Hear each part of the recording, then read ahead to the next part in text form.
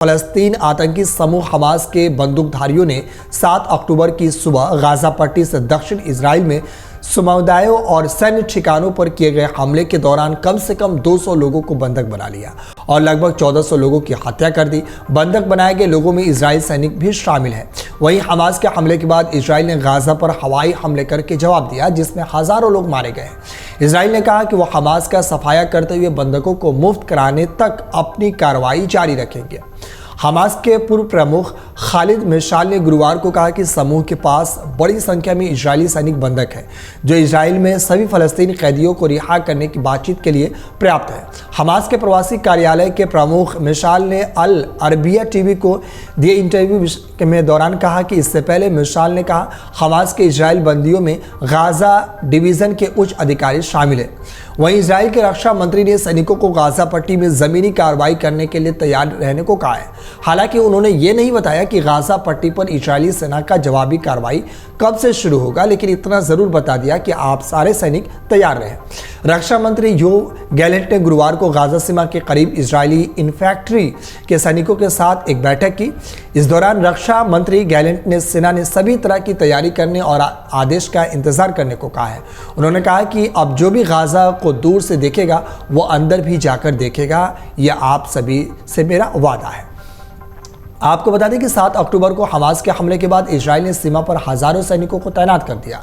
Israel और Hamas के बीच जारी जंग का आज 13वां दिन है। इस बीच लेबनान से भी इजराइल पर हमले लगातार जारी है। इजरायली डिफेंस फोर्स के मुताबिक लेबनान की ओर से इजराइल की सीमा में एक बार 9 रॉकेट फायर किए गए। वहीं इस जंग में अब तक कुल 4900 लोगों की मौत हो गई है। गाजा में मानवीय संकट पैदा हो चुका है। वहीं वहां लोगों को भोजन, पीने के लिए शुद्ध पानी तक नसीब नहीं हो पा रहा है। आप समझिए कि कितना बुरे हालात वहां पे पैदा हो गए हैं।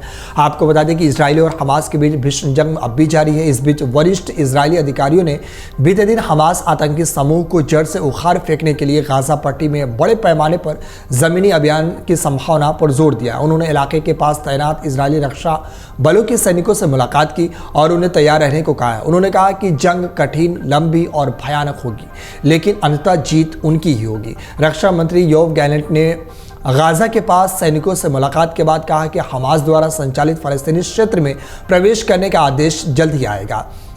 अब आप गाजा को दूर से देख सकते हैं, जल्द ही आप इसे अंदर से भी देख सकेंगे।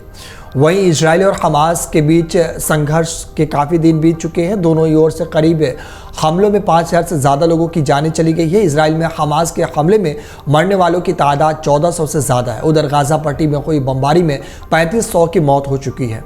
यानी कि इस पूरे हिसाब से आप अंदाज़ा लगा सकते हैं, इस खबर के हिसाब से, कि बहुत बड़ी तैयारी की जा रही है और यहाँ इजराइल ने अपनी पूरी तैयारी कर ली है।